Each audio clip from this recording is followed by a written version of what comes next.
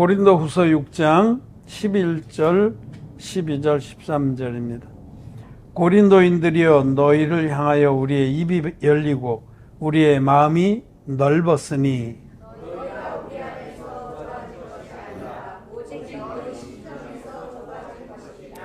내가 자녀에게 말하듯 하노니 보답하는 양으로 너희도 마음을 넓히라. 아멘. 네.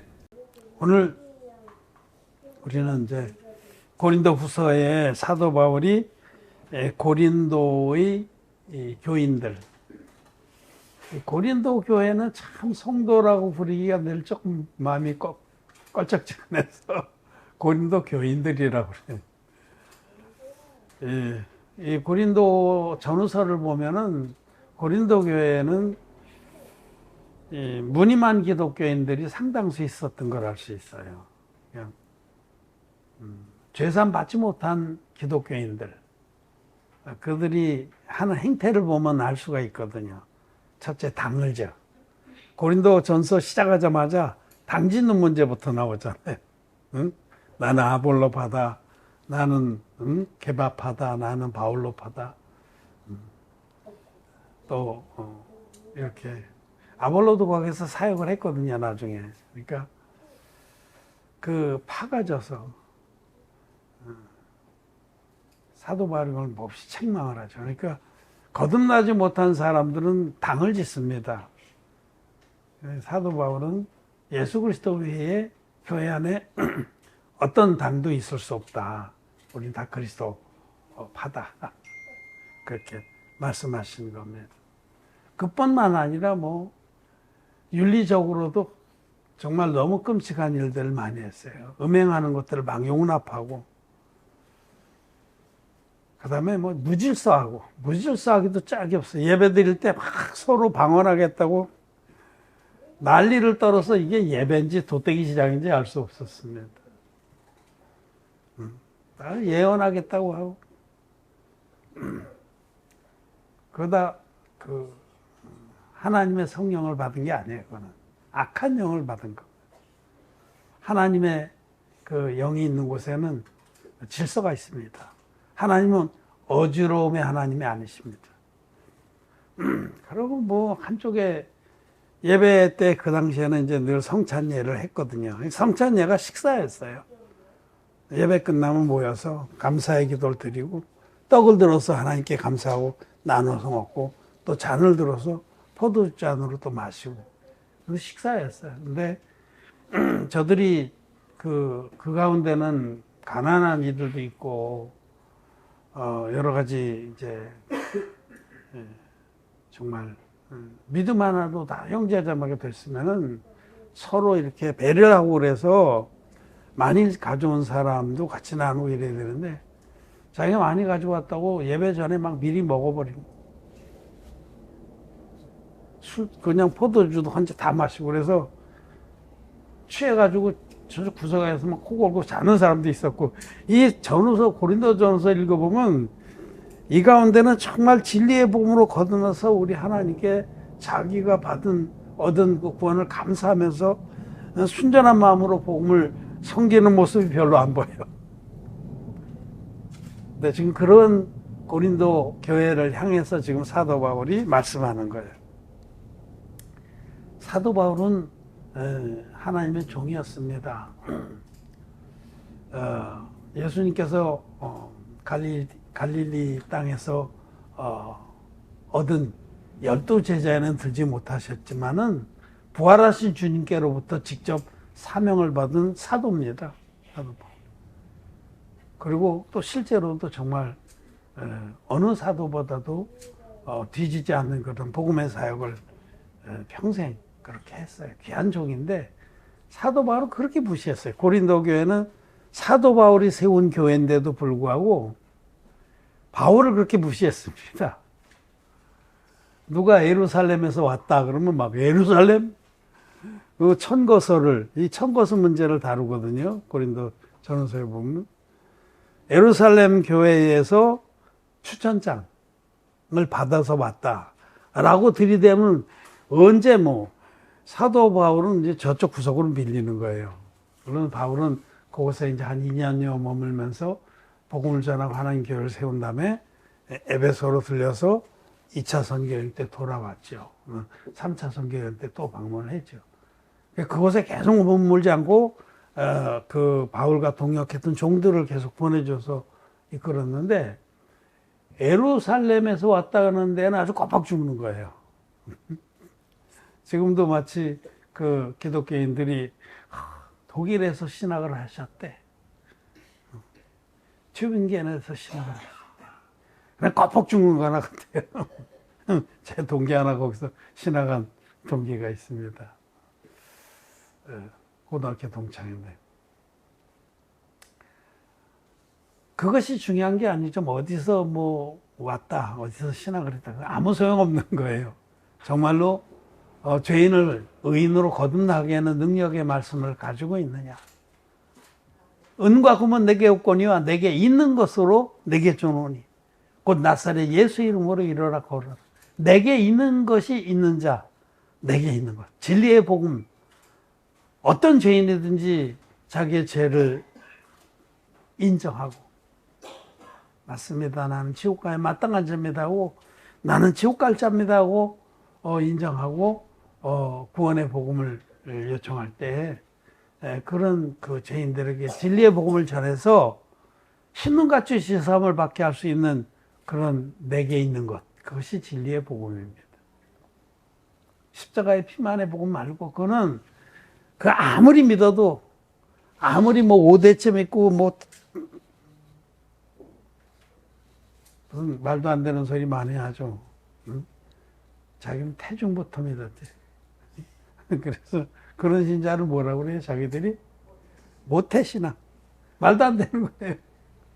신앙이 모태신앙이 어딨어. 자기가 자기 의지로 자기의 그 믿음으로 하나님을 믿을 때부터가 신앙이지. 그래서 하여튼 제가 말씀드리는 바는 정말 고린도 교회의 교인들은 좀 거시기했어요. 심하게 거시기했습니다. 그런데 사도 바울을 그렇게 또 무시를 했어요. 12사도에 들지도 못하고 12사도로부터 파송된 사람이 왔다. 천거설을 가지고 왔다. 우린 이분의 정통적인 가르침을 쫓겠다. 뭐 이런 거죠. 그래서 사도 바울을 그렇게 무시하고 막 여러 가지 흠을 잡는 거예요. 사람이 흠을 잡자고 들면 한도 없습니다. 어떤 사람을 흠을 잡고 비판하려고는 한도 없어요. 저만 해도 뭐 흠투성이죠. 부정한 거 투성이고 뭐 다 지적해도 저도 할 말도 없어요. 그렇게 사람은 누구든지 다 부정한 건데 사도 바울 가지고 꼬치꼬치 문제를 삼았어요. 그래서 바울이 이번에 변론을 하면서 말씀하는 거예요. 그 앞에 지금 고린도 후서 6장 오늘 11절부터 읽었는데 그 앞부분에 보면 사도 바울이 자기와 자기 동역자들을 이렇게 변론합니다. 자기를 높이고자 하는 것이 아니라 그들이 너무 무시하기 때문에. 여러분, 어떤 무리의 사람들이 말씀을 전하는 자를 무시하면은 그 말씀은 아무 소용도 없어요. 그 말씀이 그들 안에 들어가서 믿음이 될 수가 없습니다. 그 전하는 자 자체를 인정하지 않으면. 근데 사실 바울을 지금 그렇게 하고 있는 거거든요. 그래서 그 앞에 쭉 얘기를 하는 거예요. 내가 복음을 위해서 누구보다 많이 수고했다. 정말 고난도 많이 받았다.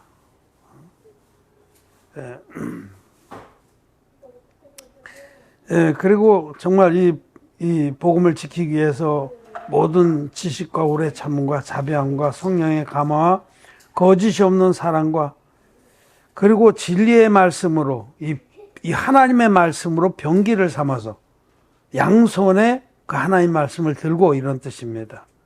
7절에 그리고 영광과 욕됨으로 이 복음 때문에 어떤 때는 영광을 잊기도 했지만 욕도 많이 먹고 또 어떤 자들은 나를 아름다운 이름으로 불러줬죠. 어떤 자들은 아주 수치스럽게 그리스도라는 이름으로 여기고, 또 어떤 자들은 내가 속이는 자라 하고, 또 어떤 자들은 나를 참되다고 말하기도 했는데, 너희들은 나를 무명한 자로 여기지만은 사실은 나는 유명한 자다. 이렇게 얘기를 합니다. 교만해서 하는 말이 아니에요. 실제로 바울은 유명한 자였어요. 바울이 예수 그리스도를 부활하신 주님 만나기 전에는 그 당시에 유대교에서는 정말 유명한 자였어요. 젊은 사울이 그 대제사장들하고 같이 교류를 하면서 그에게서 명령서, 칙설받아서 기독교인들을 잡아가는 선봉자인 역할을 했어요. 그만큼 그가 젊었지만 말씀의 지식이나 열정이나 이런 것들이 유대교인들 가운데 아주 두드러졌습니다. 거듭나기 전에도 그 유대교 안에서 유명한 자였지만 거듭난 후에는 더욱더 유명한, 거듭난 하나님의 교회 안에서 유명한 자였습니다. 여기 징계를 받은 자 같으나 죽임을 당치 아니하고 근심하는 자 같으나 항상 기뻐하고 가난한 자 같으나 많은 사람을 부유하게 하고 아무것도 없는 자 같으나 모든 것을 가진 자로다. 사도 바울의 믿음의 고백을 여기 하는.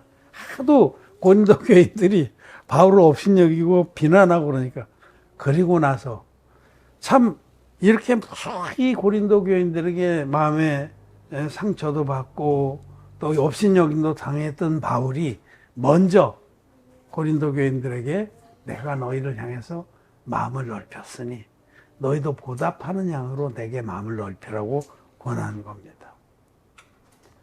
마음을 넓히고 믿음의 눈으로 바울을 바라봐야만 저들이 삽니다. 자기의 기준, 육신의 기준으로 좁은 눈으로 바라보면 허물밖에 안 보여요. 그의 헌신과 그의 봉사와 그의 영적인 그런 경륜과 이런 것들 안 보여요. 아주 극히 일부만 보는 거죠. 그렇잖아요. 바늘구멍으로 들여다보면 조금밖에 안 보이잖아요. 근데 넓혀서 정말 내가 너희에게 가르친 교훈이나 내가 너희들 가운데 어떻게 너희를 섬기고자 했습니다. 사도 바울은 특히 고린도에서는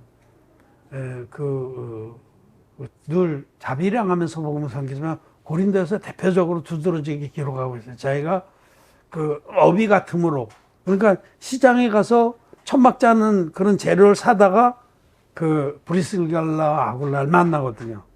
그러니까 여기 보면 어떻게 하든지 그 자기의 복음 전파의 길이 회방을 받지 않게 하려고 그는 모든 것들을 감수했어요. 거기서 이방 땅에 들어가서 바울이 말씀을 전하고 요를, 지금으로 치면 교회 목사님들이 받는 수수료를 안 받았다는 거죠. 그는 일생 동안 요를 받지 않았어요. 자진해서 빌립보 교회가 감옥에 갇힌 바울에게, 데살로니가 교회인지 어딘지 바울에게 자진해서 연보를 한 적은 있어요. 근데 강요한 것도 아니고, 바울은 정말 복음에 장애가 될까봐 노심초사하면서 자기를 들여서 복음을 전파하고 그랬는데, 이 고린도 교인들은 눈꽃만치도 그런 것들을 귀한지 몰랐다는 거죠. 오히려 더 밟고 무시하고 씹고 그렇게 했습니다. 근데도 사도 바울은 그 영혼들을 하나라도 잃지 않으려고 지금 뭐라고 하냐면 내가 너희를 향해서 마음을 넓혔어. 마음을 넓혔다는 것은 너희들이 참 많은 부분에 문제가 있다. 영적으로는 말할 것도 없고 육신적으로도 너희들은 참 세상에 빛을 비출 수 없을 정도로. 그런데 그런 것들을 다 내가 지금 포용하겠다. 어떻게? 너희들의 장래 형체를 바라보면서.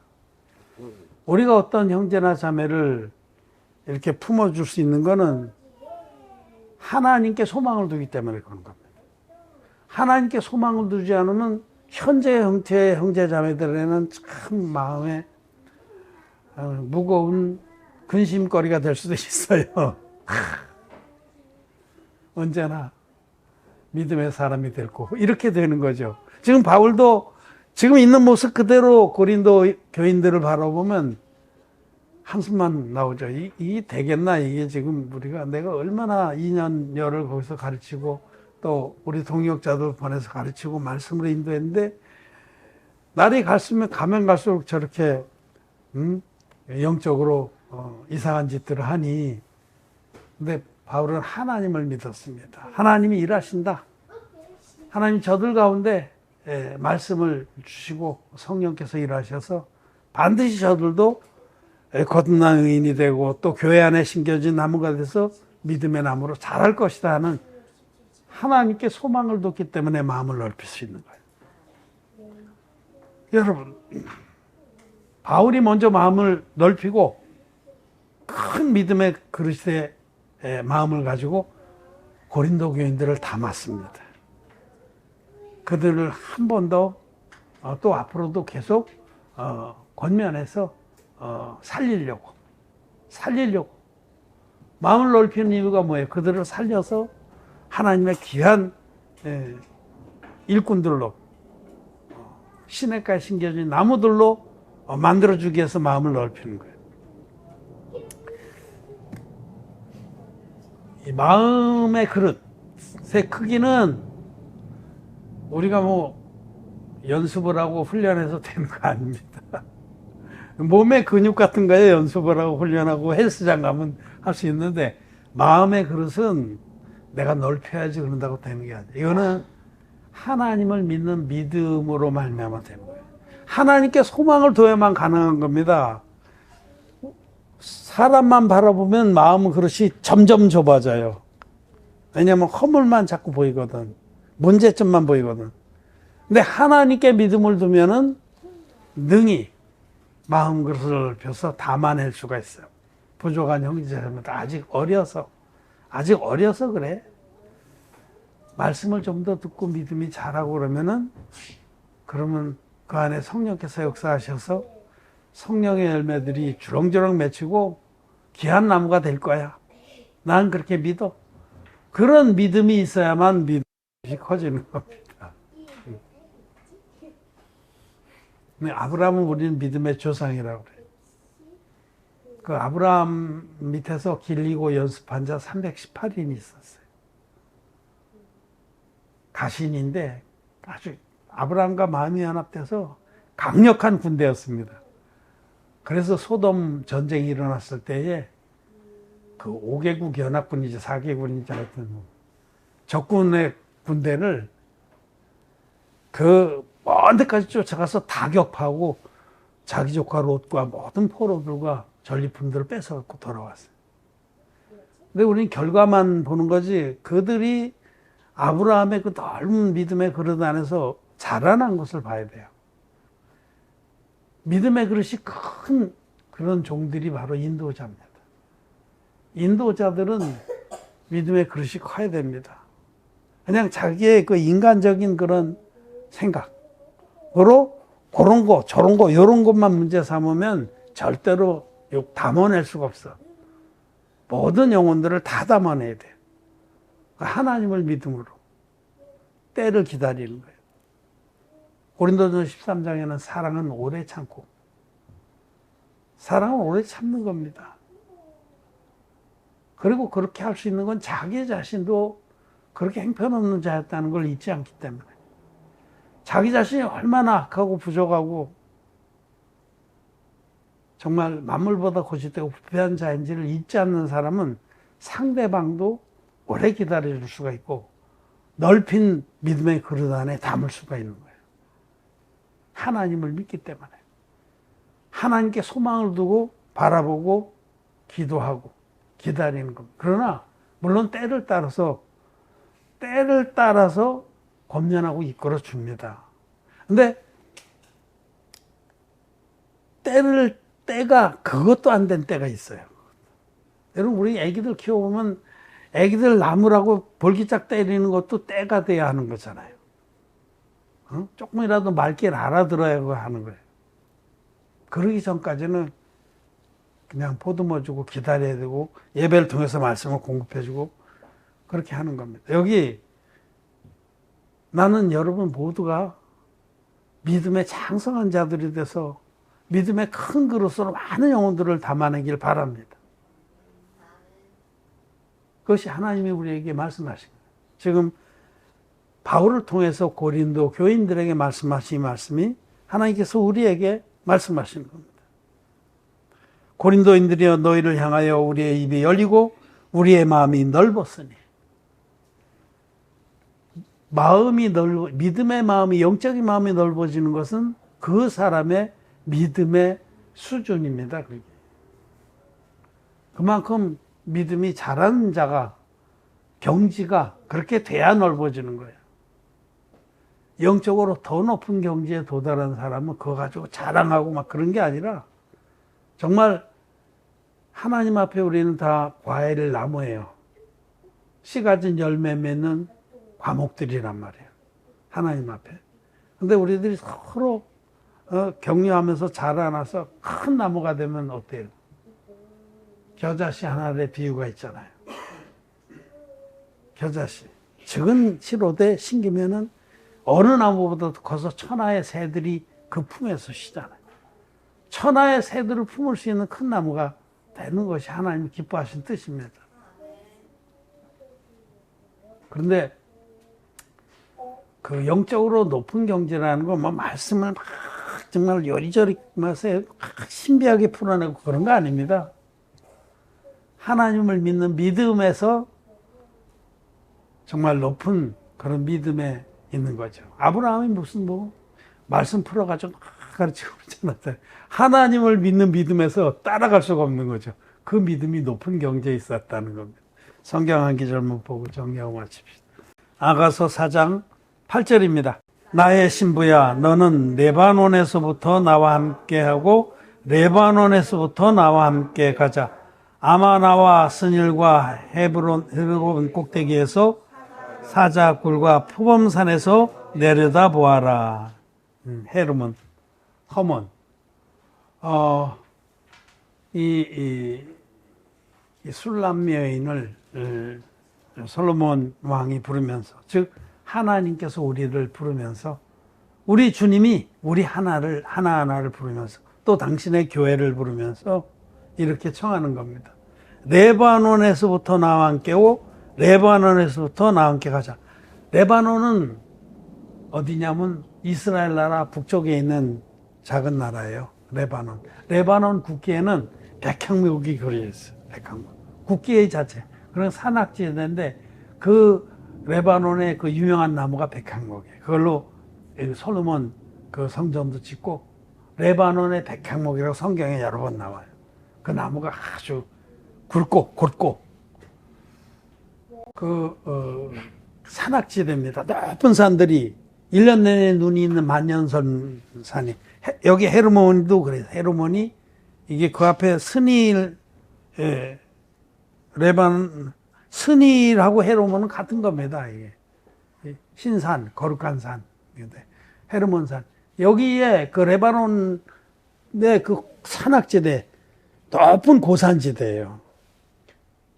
하나님께서는 우리들하고 영적으로 높은 믿음의 경지를 다니길 원하십니다. 우리들이 그냥 믿음이 있다 없다가 한때는 또 썰물이었다 밀물이었다 이렇게 되는 것이 아니라 환경이 어떻든 정말 하나님만을 굳게 믿고 주님을 따라가는, 레바논에서부터 나와 함께 하자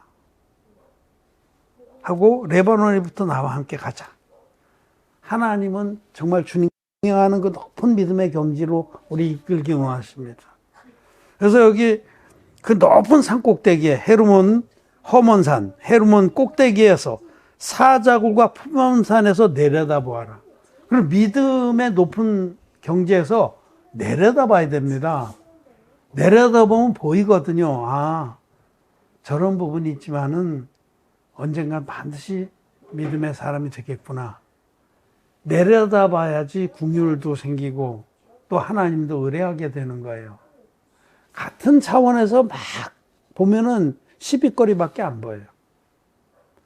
나는 하나님께서 우리들에게 모두에게 영적인 마음, 영적으로 높은 경지에 마음을 주셔서 우리가 어떤 부분이든지 영의 눈으로 내려다보면서 마음 그릇을 넓히길 바랍니다.